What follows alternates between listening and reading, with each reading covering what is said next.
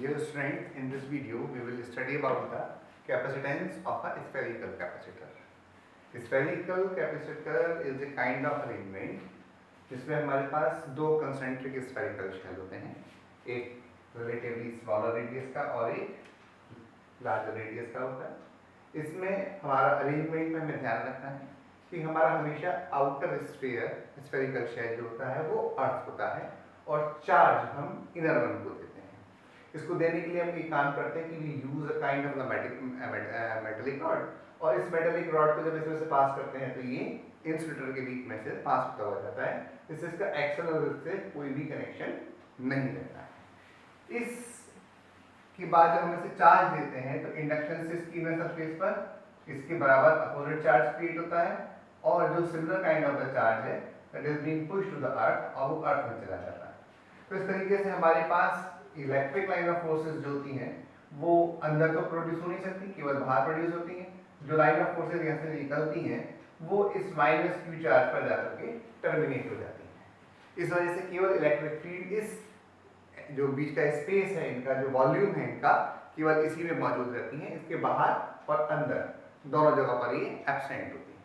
तो हम ये कहते हैं कि अगर हमें इसकी कैपेसिटेंस निकालनी है तो कैपेसिटेंस निकालने का हमारा एक पुराना तरीका है कि पहले हम प्लेट्स के बीच का पोटेंशियल डिफरेंस निकालते हैं और चार्ज से और पोटेंशियल का रेशियो निकाल देते हैं, C is equal to Q upon V वाला फार्मूला हम यूज करते हैं।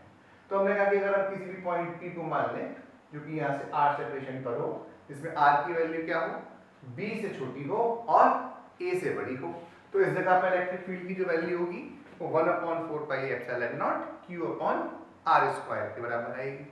अब मुझे करना क्या है, I am looking for the potential difference between the two plate. तो उसके लिए मेरे पास इंटीग्रेशन वाला मेथड है, तो इंटीग्रेशन वाला मेथड लगाऊंगा तो this will be come out as minus of E dot dr from A to B।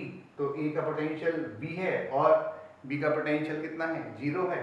Then I will do this, तो जब मैं इसका इंटीग्रेशन करता हूं तो मुझे मालूम है इलेक्ट्रिक फील्ड की वैल्यू मैंने निकाली थी, तो 1/4 pi epsilon not of Q common बाहर चले गए, R की पावर -2 को मैंने इंटीग्रेट किया और जब मैंने इसे इंटीग्रेट किया तो मेरे पास ये माइनस साइंस कैंसिल अगर मैं कर दूंगा then they will come out as V is equal to Q upon 4 pi epsilon naught B minus A upon AB। इसलिए जो कैपेसिटेंस होगी वो फॉर्मूला से आएगी Q upon V से, Q यहाँ से कैंसिल हो जाएगा, AB और 4 pi epsilon naught ऊपर चले जाएंगे, then I will get this value in terms of the dimensions of the spherical shells। इस रिलेशनशिप को देखने के बाद मुझे एक बात पता चल रही है कि अगर मुझे कैपेसिटर की कैपेसिटेंस लार्ज रखनी है, लार्जर कैपेसिटेंस का मुझे कैपेसिटर बनाना है, तो A और B का जो प्रोडक्ट है ये हाई होना चाहिए, लेकिन B माइनस A की वैल्यू स्मॉल होनी चाहिए, क्योंकि ये कहाँ आ रहा है, ये डिनोमिनेटर में आ रहा है। इसलिए इनका कहते हैं कि large spherical shells of nearly equal radius, तो ये वैल्यू जितनी छोटी होगी कैपेसिटेंस उतनी लार्ज हो जाएगी। अब इसमें हमारे पास एक स्पेशल केस आता है, इसके बारे में हम बात करेंगे कि इफ इन केस जो लार्जर वाला मेरा शेल है ये बहुत बड़ा हो जाए, जो वैल्यू है B वो नियरली इक्वल टू इन्फिनिटी हो जाए, तो उस केस में क्या होगा। अगर मैं यहाँ सिंपल बात कहूँ तो इस जगह पर C की वैल्यू मेरे पास आती है 4 pi epsilon not AB upon यहाँ पर वैल्यू कितनी है B माइनस A। तो इसमें मैं कर रखता हूँ तो ये मेरी कंडीशन इन्फिनिटी अपॉन इन्फिनिटी होती है which is not a answer. तो इसको हम इस तरीके से नहीं लिखते, हम इसको थोड़ा मैथमेटिकली रीअरेंज करते हैं और हमारा काम बहुत आसान हो जाता है। हम इस A अपॉन B को नीचे ले जाते हैं, तो ऊपर बच गया हमारे पास 4 पाई एप्सिलॉन नॉट और नीचे हो गया B minus A upon AB।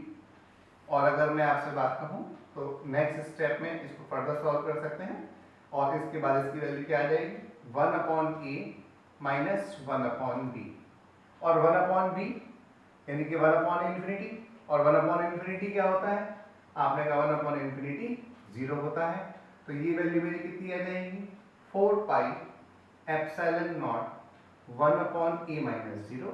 So this is nothing but 4 pi epsilon naught E. इसका मतलब क्या हो गया कि अगर आउटर शेल की रेडियस बहुत लार्ज है तो ये जो कैपेसिटर का मेरा अरेंजमेंट है ये सिंगल प्लेट की तरह से बिहेव करता है।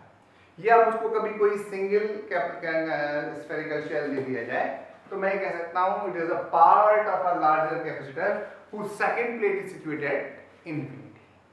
तो ये चीज हमारी हो गई। इसके बाद हम नेक्स्ट वीडियो में पढ़ेंगे तो उसमें हम करेंगे जो हमारे पास दूसरी तरीके का एक वो आएगा कैपेसिटर जो कि कहलाता है हमारा cylindrical capacitor. Mind it as such ये हमारे सिलेबस में मेंशन नहीं, पर ये हमारे जो न्यूमेरिकल्स बुक्स में दे रखे हैं पीछे उसमें डेराइव करने के लिए पूछे जाते हैं।